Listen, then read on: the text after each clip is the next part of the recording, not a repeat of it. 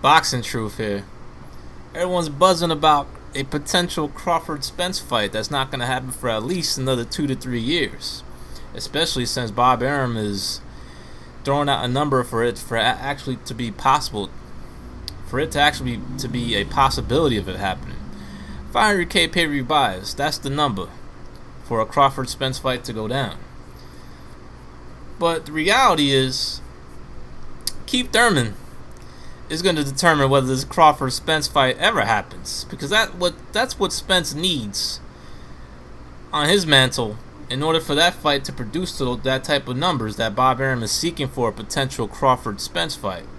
Spence needs Thurman's belt and his name on his resume in order to build his shit up, in order to make the fight even bigger between him and Crawford. But Keith Thurman has a major say on whether that Crawford Spence fight will actually ever happen. Everyone's forgetting about my boy Keith. I know he's been hurt. He's been out for a while, but the works is being put in for his return for later this year. It's perhaps going to be a one-time-a-year type year for Keith Thurman. It was supposed to be the get-back year. Unfortunately, had more injuries to deal with. He has a lot of other interests outside of the ring as well. So, but this is the fight that's going to happen first before a potential Crawford Spence fight. And that's Keith Thurman, Errol Spence. That was the rivalry. That was the fight everyone was talking about even before Terrence Crawford. This is a fight that people were talking about when, as far as 3 years ago, right before Mayweather's last cherry pick against Berto. He threw up a shield against Keith Thurman. He never wanted to fight Keith, so he put Errol Spence's name there, and everybody's been talking about that fight ever since. But now the fight has cooled off a bit because Thurman's been out of commission, and Spence is fighting weak mandatories. But that's what Spence needs in order for that Crawford Spence fight to ever occur. That fight ain't big enough. It's nowhere near the level of a Leonard Hearns. It's barely bigger than a Bradley Alexander fight right now. It's pretty much at the Ward Kovalev level right now. 150K pay-per-view buys. If that fight was to happen right now, is what that fight would generate if they was to fight right now. But Thurman's gonna have the major say. He's gonna determine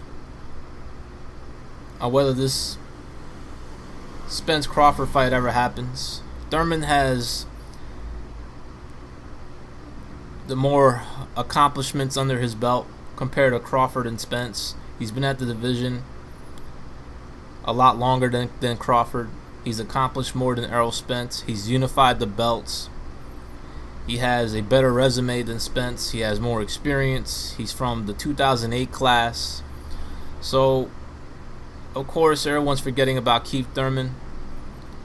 But the reality is he has accomplished more than Spence and Crawford. And right now he is still ahead of those guys when it comes to accomplishments, when it comes to experience in the welterweight division at the top level, when it comes to resumes. Crawford only has Horn under his belt. Spence has a damaged Kell Brook under his belt. And Thurman has an undefeated Garcia, a Sean Porter, a Diego Chavez, an undefeated Diego Chavez, a few others.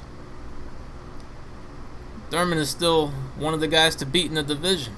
So he's going to get his get-back fight later this year. He's going to remind people of why he's considered one of the top welters and should be ahead of the guys that are being mentioned right now, which is Crawford and Spence. But Thurman could very well derail Crawford Spence. And that's what Spence needs under his belt in order for that fight to occur. For it to actually have a possibility of it happening. Because 500K pay-per-view buys is no joke. That's the number needed for Bob to be comfortable in order to put that fight together. That's pretty steep, especially for two guys who are not the most outgoing, still haven't proven to be bigger draws outside of their home states. But Thurman, he's the forgotten entity here, but he's still significant in the division because of what he's accomplished so far, what he's been able to put together in his career. There's still time left on his side. He's still under 30 years old.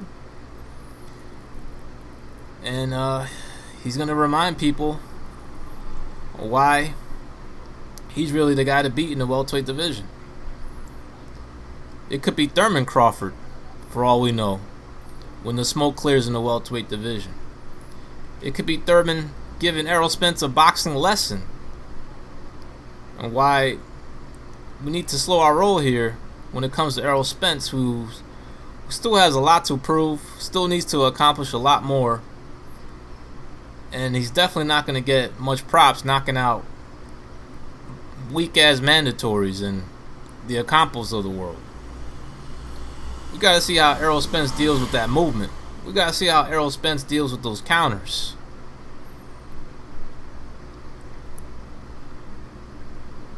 We got to see Errol Spence deal with some punching power as well, because he's definitely hittable. But we don't know if he's indestructible. I seen him rocked in fights. I seen him get tagged up. He was even getting tagged up by an Ocampo prior to that knockout. But don't forget about my boy Keith Thurman. He may as well just derail and put an end to all this Crawford Spence talk in the very near future. This is Boxing Truth. I'm out.